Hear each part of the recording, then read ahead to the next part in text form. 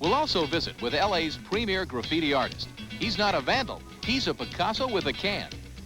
Right now I'm attending USC, majoring in fine arts and minoring in business. I want to eventually have my stuff in galleries and sell it.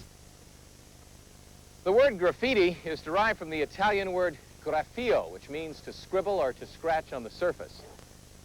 You know, today, graffiti like this has sort of become the official language of the street.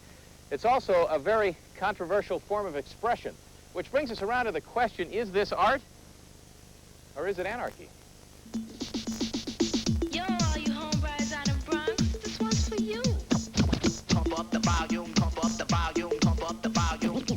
There has been no other art form surrounded by more controversy than graffiti or aerosol art. It's become the folk art of the street. In the eyes of the law, it's vandalism. To a small but growing minority, it's a valid art form, but to most, it's misunderstood. Unfortunately, the word graffiti alone brings visions of gang members marking off their turf.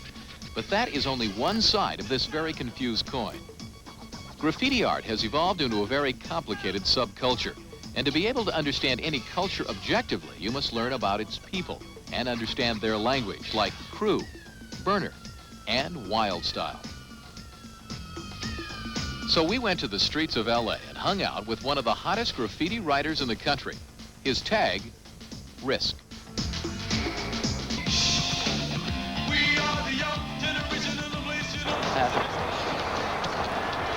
are the young, and we can make this a bit to the land. We are the young, all of us got a monkey with, but our song has got a monkey too. We are the young, you do it what you love.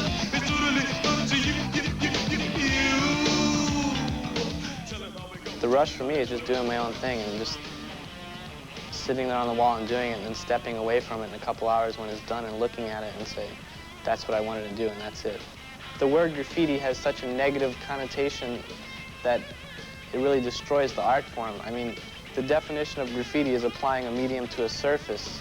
People will always see it as vandalism because it's done with spray cans. But there's different types of writers. There's writers that give it a bad name that go out tagging, and then there's writers that do murals and like pieces.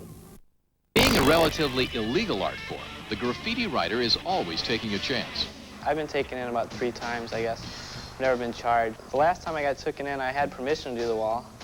And there it goes again with the word graffiti. They came out and said, what are you doing? I said, I'm doing graffiti mural. I have permission. They said, sure you do. They arrested me, and I spent a day or 2 in jail, and it got dropped out of court. You know, I lost a lot of paint, a lot of time. Graffiti art can be found all over the world, from the Berlin Wall to Venice Beach. Its roots are of the hip-hop subculture and go back to the subways and ghettos of New York, where a young messenger who traveled by train began to write his name and street number on anything and everything within his marker's reach. After a New York Times reporter tracked him down and did a story on him, Taki 183 became a legend of the street.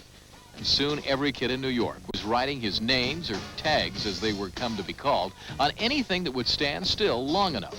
In LA, you have to be 18 to buy spray paint. There are over 300 million cans produced annually. That's 1 can for every man, woman, and child in the nation.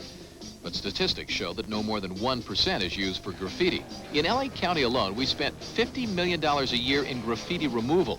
The biggest problem in Los Angeles is with gang tagging.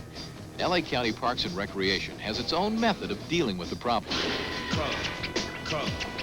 My gang, my family, it's all that I have. I'm a star on the walls, my autograph. There's a difference between artistic graffiti and tagging graffiti. And, you know, we know what the gang members are doing, and we know what the artists are doing. And we'll try to talk to the artists individually to get them to ask for a permit to come down and do a mural. A lot of people will rather see something beautiful that's there, that has an artistic value, than just somebody writing their name on the wall. And there is a difference.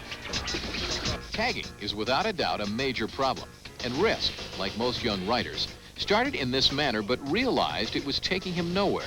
I started as a vandal. You know, it was just exciting in my high school, writing my name all over the walls. The turning point was when I was graduating high school and I started getting scholarships, started getting recognized with my artwork. I did some national magazines and commercials, videos, stuff like that. Right now I'm attending USC, majoring in fine arts and minoring in business. I want to eventually have my stuff in galleries and sell it. And to break in his new studio, Risk decided to paint something just for us. Most of my inspiration comes from city life, street poles, buildings, alleys, downtown type of scenery. And I don't know if it's because, I spent years running around in alleys writing my name or what it is,